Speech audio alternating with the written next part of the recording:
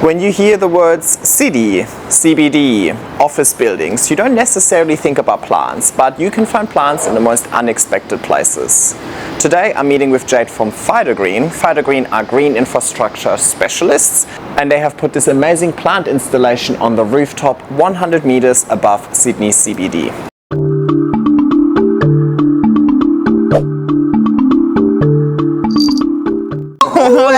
Hello. Thanks for having me back. Oh, it's such a pleasure as always. How have you been? Really good, actually. Good. Yourself? Yeah, really well. Amazing. Thank you. Well, I'm so glad you invited me to be here. We are on the 30th level in the middle of Sydney CBD. Yeah. But you managed to put a plant installation over here. 100%. So this client wanted, obviously, to green their outdoor space. And sometimes with green roofs, we struggle a little bit with placement of things, also weight and things like that. But with these beam structures that we've put in, yeah, we were able to kind of capture a little bit of a cascading, kind of Babylonian hanging garden style vibe for them, which is nice. Plus it's a shade cover on top of that, right? So you would need to have a shade cover anyway. Over here it's way too bright. So I can have two birds, one stone. I love that. Totally, it works really well. So yeah, the top growth comes through like a bit of a grating system, but then whatever cascades down does not get too much light, which is great. Perfect. I actually really enjoy that idea of the cascading garden. It's something I've never really seen before. Like, at least it's something we don't really do indoors. Yeah. Very frequently because ceilings and so on. So this is a nice little switch up, something I could really see myself doing in the garden. Maybe, you know, on top of like a little patio or something like that. Perfect. I really enjoy that. But really interesting, you touched on it already, weight restrictions, right? Because we're on level 30. I think people underestimate how heavy planting can be. Especially when the soil gets wet. Exactly, and I suppose you can't really control how much rain you get on level 30, you know, so this is the thing. well, you can't really control how much rain you get anywhere. But, so is that the biggest challenge the garden is facing when it comes to... We work around that pretty well. This was one of our original beam installations that we did.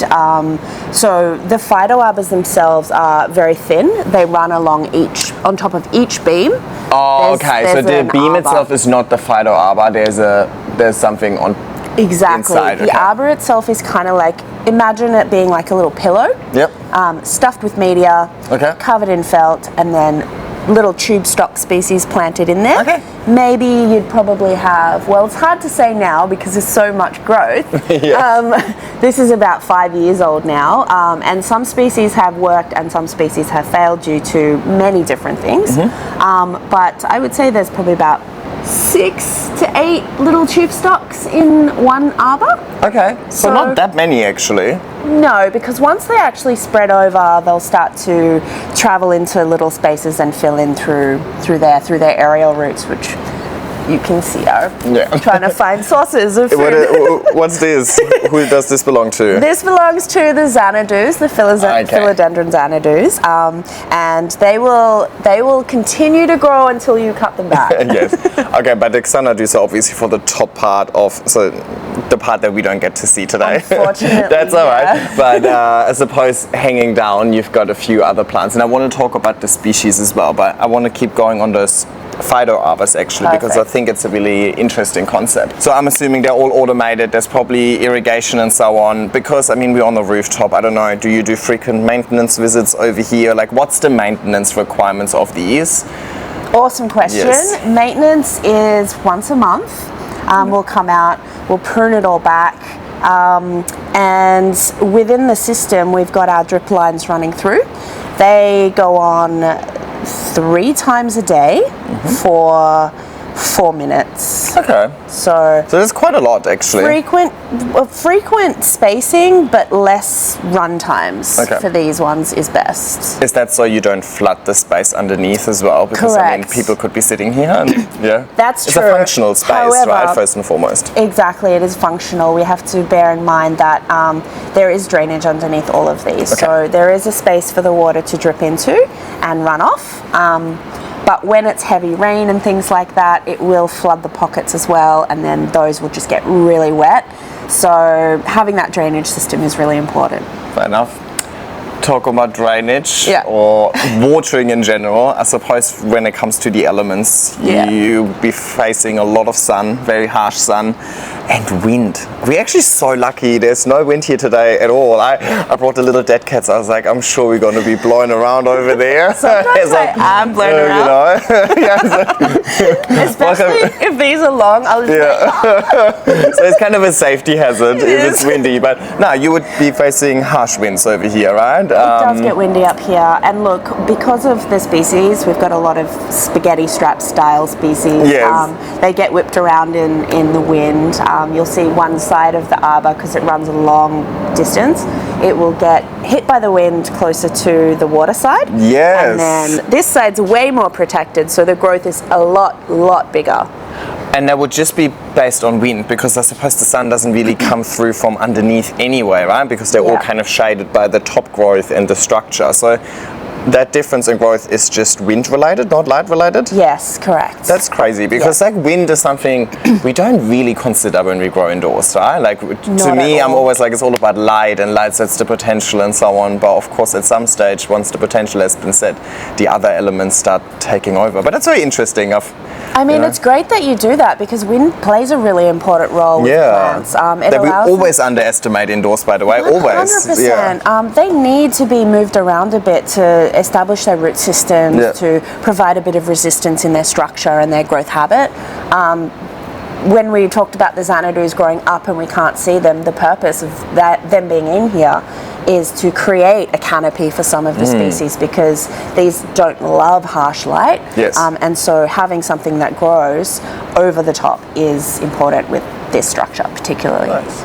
But also comes back to always in a balance, right? Everything in balance. Like wind is good, but too much wind isn't. You know, we want like a nice breeze, like a nice air. I always say like we want airflow, you know, just like nicely circulating air, but it doesn't need to be wind. But that's very interesting. Something I never really consider. I think maybe the closest we get indoors is like talking about draft. You know, some plants don't like a cool draft. I suppose the plants over there would experience very heavy drafts. Biophilic design takes that in as well, because it considers all of the normal bioatmospheric things that happen to allow plants to grow comfortably in their environment.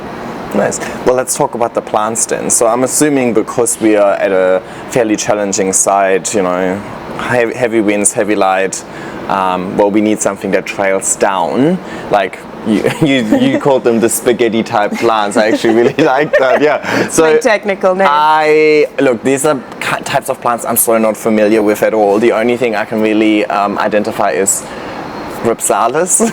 Yes, and you've got a bunch of those. Yeah. So many Ripsalis in this design. The other thing that's growing really well is the Nephrolepsis, which is the little goldfish plant. We can see it straight above our head here. It's the kind of green one with the orange flowers going on it. Yes. And they cascade well, so they're really cool in things that you want to create a hanging environment for.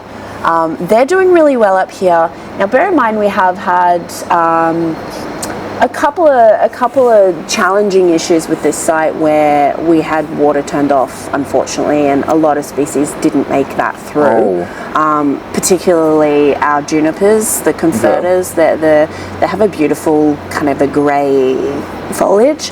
They did not make it, and there was a bunch of others that sort of didn't pull through. So what has worked is obviously the Ripsalis and also the Humata, which is straight ahead of the little rabbit foot fern. I saw those. They're very cute. I think they add something really interesting. They hug the structure too, which is really nice. It's really interesting. I do like that. I do love the Ripsalis, especially with the morning light coming in, and I'm sure the camera doesn't see it the way that we see it, because it's actually, you know, I always about the lighting. This one is the most challenging lighting situation I've ever had. There's light coming from everywhere.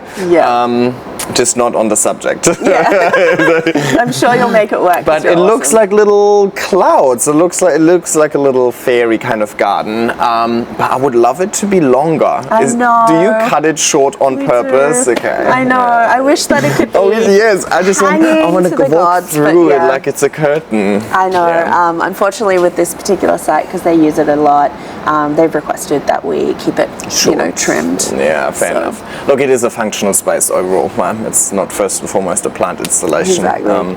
But I mean, that's what you guys do, right? You guys do the plant installations with so well, and you need to ultimately always make sure you meet your clients' needs. So true.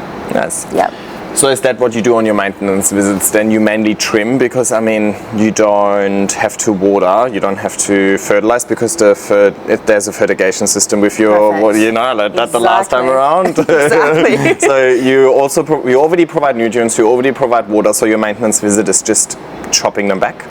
Yes. Now the other thing that we need to consider in an outdoor space. What do you do with the cuttings? Oh, just asking for a friend. I throw them off the balcony, and no, I don't. It's really cute because there are some people that work here that ask us for cuttings, and I always happily give them. But we'll try and fill in where we can by regrowing where we can, but mainly we do discard them, which is sad. Yeah, that's all right. Yeah, I always asked when I was working in an office not too far from here actually, I always asked the people, so I said, what are you going to do with the cutting? Yeah. Just asking for a friend. Do you know what though? I love when people ask me for cuttings, because it just means that people really care about their gardens and their space. So no, I always just put it in like glasses, and then I just put it on people's desks, I have plenty of plants at home. I don't need any more plants at home, but I just taught people how to propagate a pothos in water with the cuttings from the wall. Why not?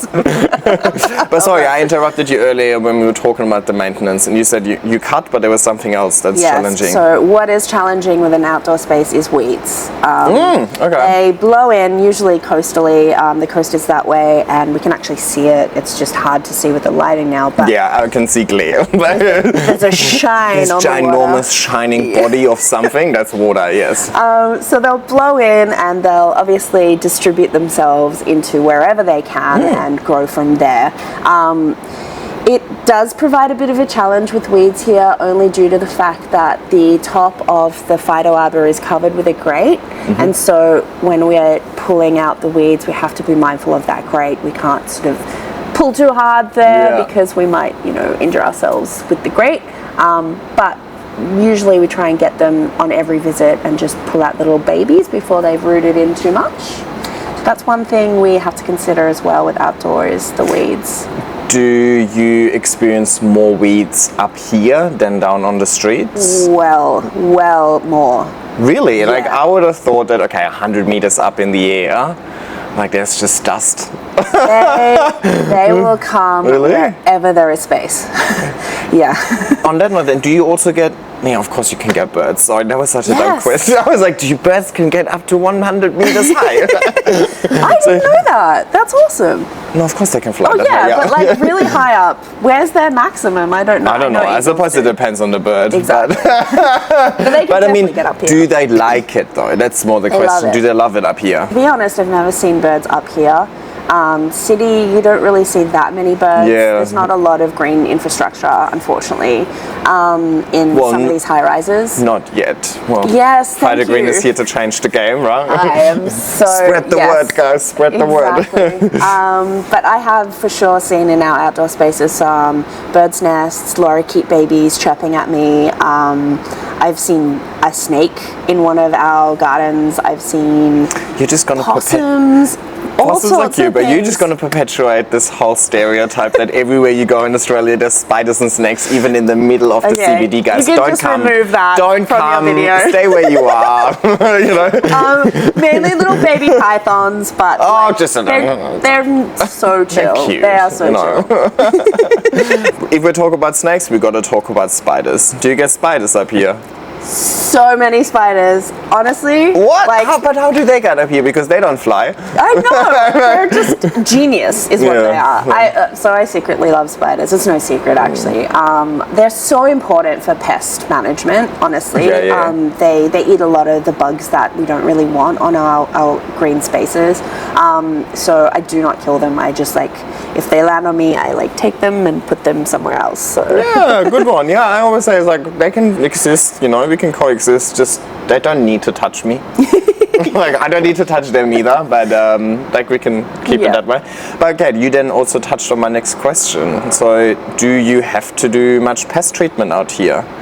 Would there be pests in the last space we've been in at Coroma, it was enclosed. So with the enclosure and the lack of airflow, because the conditions are so beautiful in there, obviously it's also good for pests. Out here, is it too harsh for pests? I would say I have not seen pests since I started doing this job, which was just over 2 years ago. There has not been any pest management required. So that's really good. I think as well, due to the fact that there's 41 different species in here, if you do get an attack of a pest, having more species variety can target the spread of that, because some might be more resistant to that pest. So diversity is always a good thing, in my opinion. Well, you answer all of my questions before I get to ask them, which is a good thing, right? No. And honestly, I did not give Jade the questions beforehand. I'm making them up as I go. There is no list.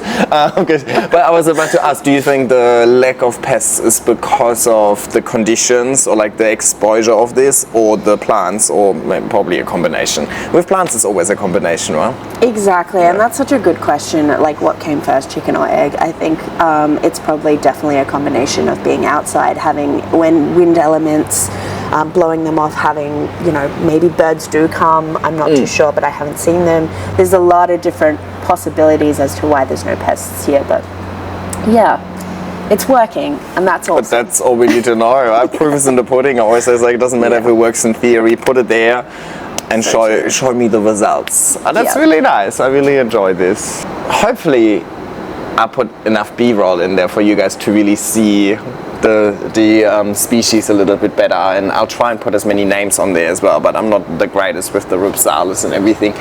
But what about the ones below? Do you guys facilitate that as well? Was there any sort of... what's the idea here? Yeah, these pots were not done by us. We were maintaining them at one point, and then the tenant just wanted us to focus mainly on the overhead stuff. But these, I will say, did have a lot of pest issues, funnily enough. They can probably nest a little bit better in here and be a bit safer. It's less exposed, right? Totally. I mean, specifically in the middle over there. It's funny, they obviously did a recent prune back, but these new Americas, you can see the little pups coming through now, were just on the floor. They were growing so far onto the floor. It looked amazing, but that's been pruned back now. So, and I suppose over here the idea behind the plants is also just low maintenance, hardiness. And this is also in a fertigation system. They wired it up, so this gets fed as well as do these. Slightly different run times and things like that. Pots will always be slightly different to the arbors. The arbors, like I said, more frequently, but less amount of time on each. Just to keep them hydrated but not soaked. Yeah, that's exactly what I do with my moss pots. I always say go with a high frequency, low volume of water. Rather than just flooding it, and then it's just sitting in excess water, and it's still gonna dry out really quickly, because I suppose just gravity, there's obviously drainage involved in these arbors, so just gravity itself is just going to make the water drain out irrespective of how much you put in there, right? It's just more is going to drain out. That's right. So, anything else special about the installation you want to tell us? Just that you've just missed flowering period, and I'm so sad about that. But when this structure is flowering, it is so beautiful. You can see so many different colours, different flower sizes. I'm pretty sure that bees will be loving it through here, which is great for the environment. So nice. Well, maybe if you have a photo or two, I'll put it on screen. Yes, I'm sure actually That would definitely actually have be some. really nice because I'm getting into my flowers recently. I'm like, yay. expanding my horizon a little bit, and I'm like specifically just over spring, just for a couple of months. I'm like, let's get excited about the flowers, and then for the rest of the year, I can always focus on foliage. But that would be interesting. And I know I also have a few photos that you sent me already of the installation over the years, so I'll put them on screen as well if I haven't already. But nice. then we can see a bit of growth, but I suppose all of the growth has heavily been pruned, as you mentioned earlier. Yep, so definitely.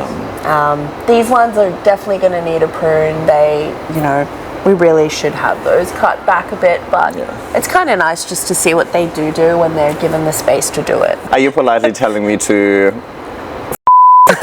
so you can get on with your job, yeah? Absolutely not. No, that's okay, but I'll take the sign, and maybe it's time for us to wrap it up then. But it was really nice. I really enjoyed it. It's something I would love to somehow incorporate into my house one day. Yeah. Not in that scale, but just the principle behind it, I like the idea of having like a shade roof that's also a plant roof, but lightweight. Just to show what does grow well in low lighting, it doesn't have to be just the heavily dense foliage plants. It can be, there's a lot of other things that grow well in low light. Thank you so much for having me. Thank you so much. Thanks for coming out on a Friday morning at 7. Always. So we can Anytime, any day we can for film before the other people have to go to their actual job. Thank you so much. Take care. Take care. Alrighty, that's it. Thanks for coming along. Make sure to like, leave a nice comment, subscribe, and I'll see you in my next video.